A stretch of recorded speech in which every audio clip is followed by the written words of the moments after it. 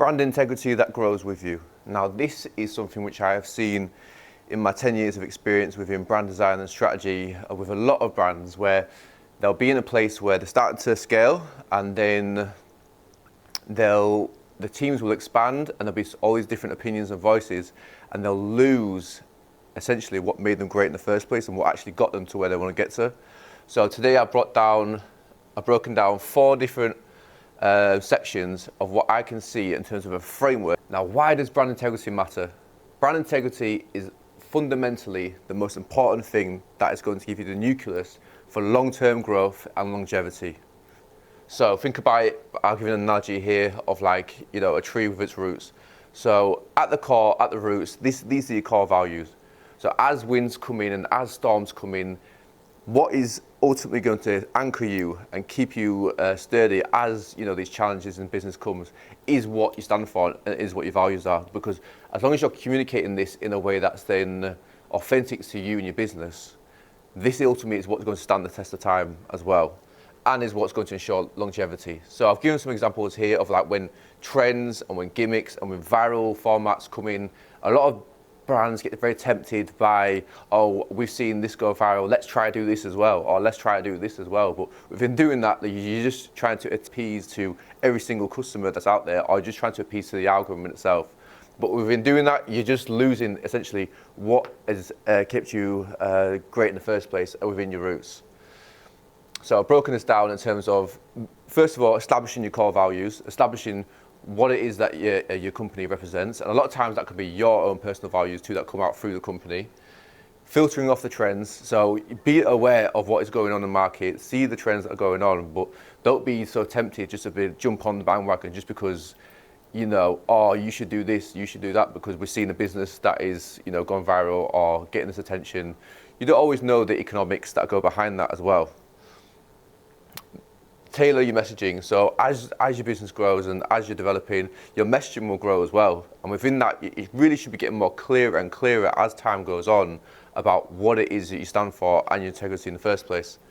And then within that, as your audience and your customers can see that growth and see that authenticity, it's just going to maintain that trust, and they build that trust even further as well. So, number 2, amplify what makes you unique. Now, within my experience of working with brands, this is something that I see very often and being very overlooked. Brands will overlook what makes them unique in the first place because they don't feel like it is something that is even worth shouting about.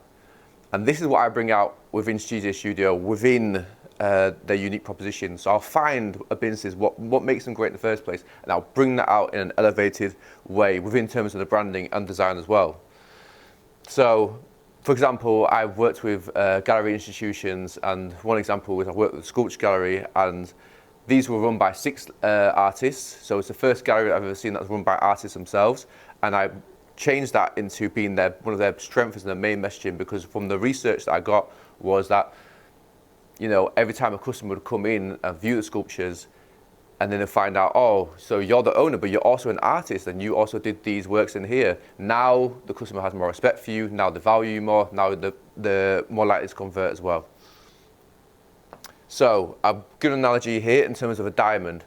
So your unique brand qualities, find out and list down what are your unique brand qualities, what makes you different in the market, what is it about what you're doing, and maybe that goes directly linked to your why. Why do we do what we're doing? What is the impacts that we want to deliver here? And what is an overarching vision and longevity as well that we're working towards?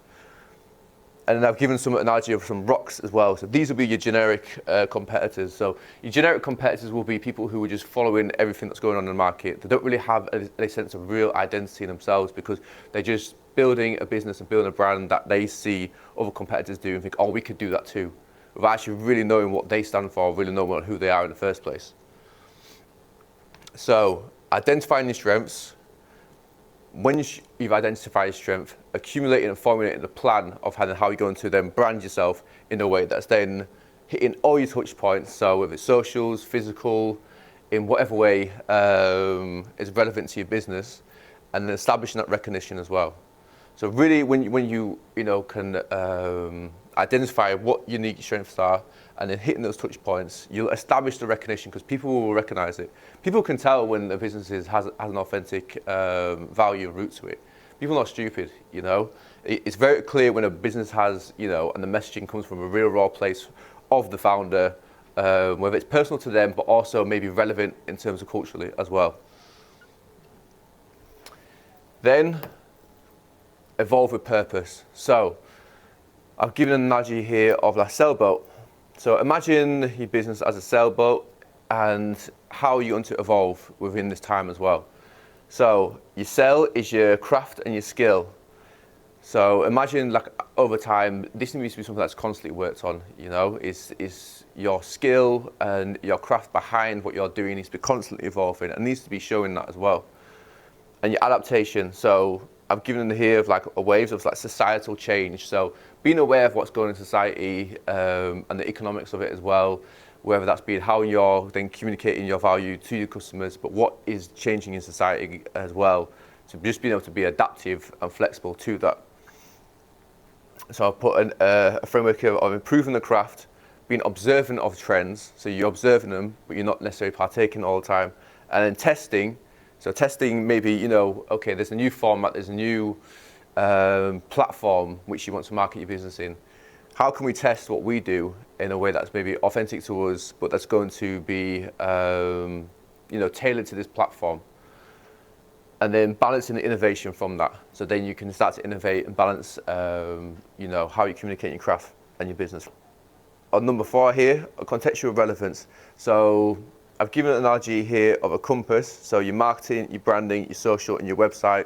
If you're expanding to new markets, you've got a new product or a service, being contextually relevant, aware of how this is going to then sit in with your business, but also sit in with who you want to speak to as well, is very key. Because if you're rolling out a new service, you're rolling out a new product, but you're not socially aware or contextually aware of, you know, how this is actually going to position itself within the market, you're just going to misfire as well. So researching your audience's behavior, adapting your messaging, monitor the context, and strategic alignment as well.